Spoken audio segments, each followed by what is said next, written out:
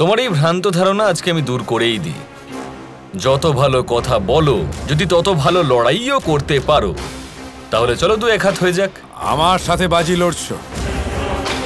তুমি কি জানো আমি কে? খুব ভুল করছো বন্ধু।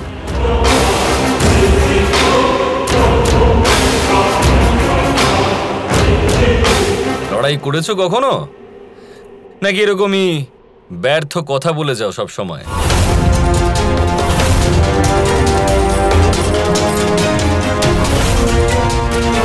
धर्मस्य ह्रियमाणस्य बलवद्भिर्दरात्मभिः संस्थायत्मैरपि कृता कालेन प्रतिविद्यते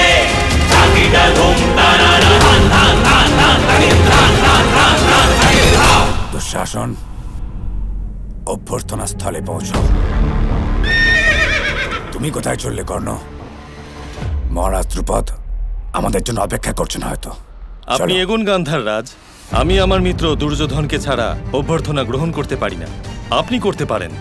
আপনি তো এমনিতেও অন্যের স্থান গ্রহণ করতে অভ্যস্ত, তাই না? সেই জন্যই তো আপনি নিজের রাজ্য ছেড়ে হস্তিনাপুরে চলে এসেছেন। কিন্তু আমি এরকম করতে পারি না। তোমার মনে হচ্ছে না কর্ণ যে তুমি আমাকে অপমান করছো? আমি শুধু সত্যি কথা বলছি।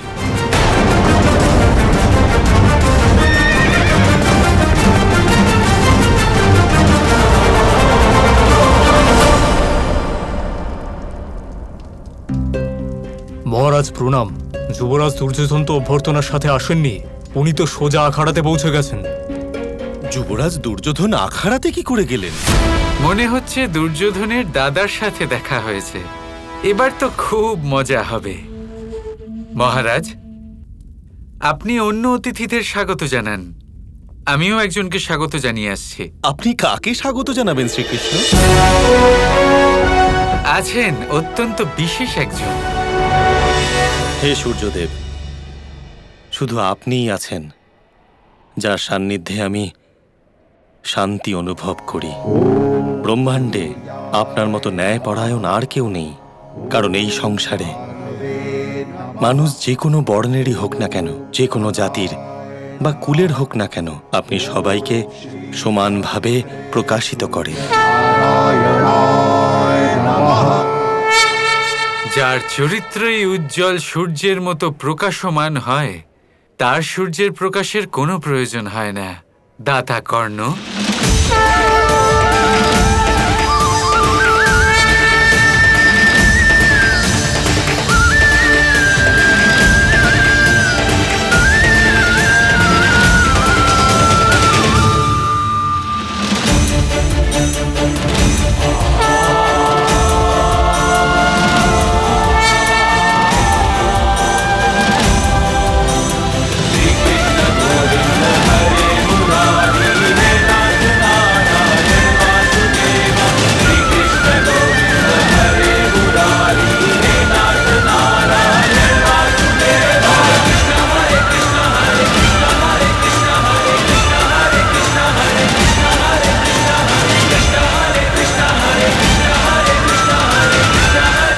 আপনি কে বলুন তো?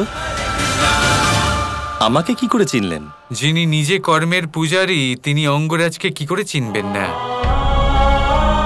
আপনার বীরত্বই আপনার পরিচয়, আপনার দানই হলো আপনার কীর্তি। যদি কর্ণকে জানতে হয় তাহলে তার কর্মকে জানতে হবে, আর কিছুই জানার প্রয়োজন পড়বে না। যার অস্তিত্ব শুধুমাত্র কর্ম, সেই তো বাস্তবে কর্ণ। এমন সুযোগ প্রথমবার এলো যখন একজন রাজা শুধুমাত্র আমার গুণের ব্যাপারে কথা বলছেন। আমার কুল এবং বংশের প্রতি তার কোনো রুচি নেই। যিনি শুধু কর্মকেই মাহাত্ম্য দিয়ে থাকেন, বংশকে না।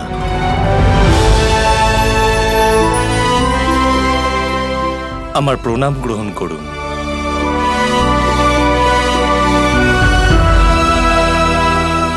কি আপনার পরিচয়? বাসুদেব কৃষ্ণ। বাসুদেব কৃষ্ণ।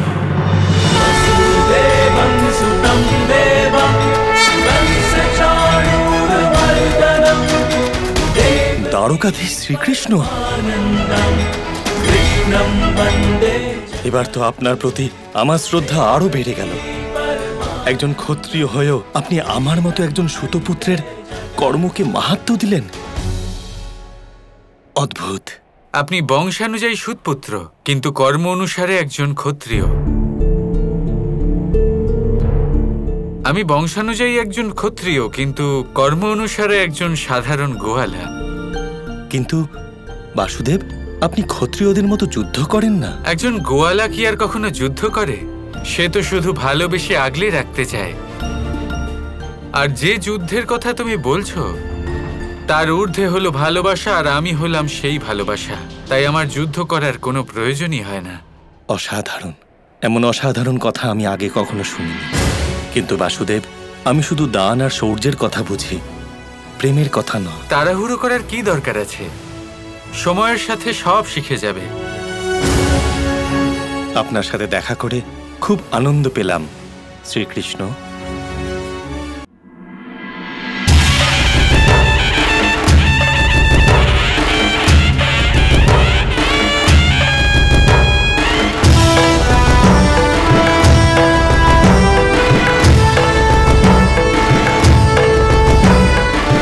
আসুন গান্ধার রাজ, আপনাকে স্বাগত জানাই।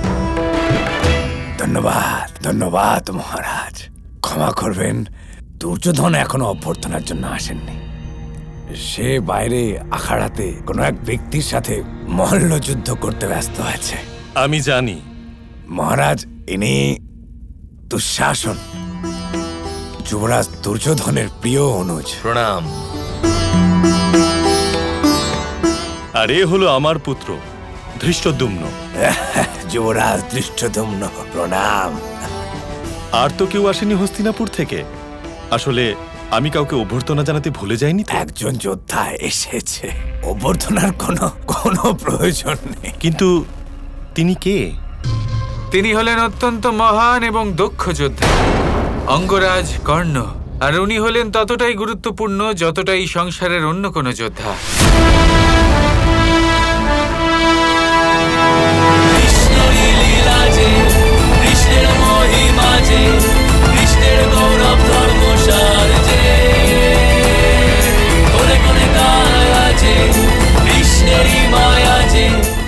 এনাকে তো ময়ূর পালকধারী বাসুদেব শ্রীকৃষ্ণ বলে মনে হচ্ছে। সাক্ষাৎ কৃষ্ণ এখানে কি করছে?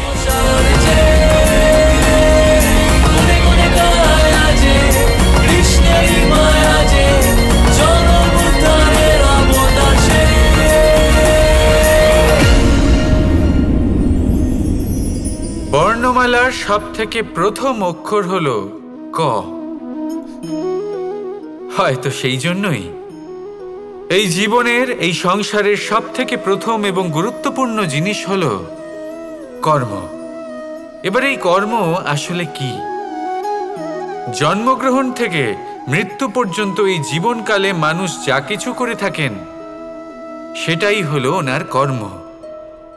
এটা যা কিছু হতে পারে, দয়া করে দান করা ভিক্ষা, আবার ছলনা করার বাসনা নিয়ে বলা কোনো মিথ্যা।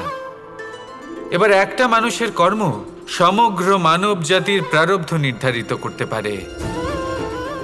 এতটাই শক্তি থাকে এই কর্মে। যদি কথা বলা হয় ধর্ম স্থাপনের সারথীর, তাহলে তার সব থেকে গুরুত্বপূর্ণ গুণ হলো তার কর্ম। সেই জন্য আমি খুঁজে চলেছি এমন একজন ব্যক্তি যিনি শুধু বীর নন, যিনি কর্মবীরও। কারণ এই রথের দড়ি হোক বা সংসারের আশা, এই দুটোই তিনি সামলাতে পারবেন। এবার এটাই দেখতে হবে এই স্বয়ম্বরে এমন কোন ব্যক্তি আছেন যিনি নিজের এই কর্মকে পূর্ণ নিষ্ঠার সাথে পালন করতে পারেন। আসুন আমার সাথে ভালোবেসে বলুন, রাধা রাধা।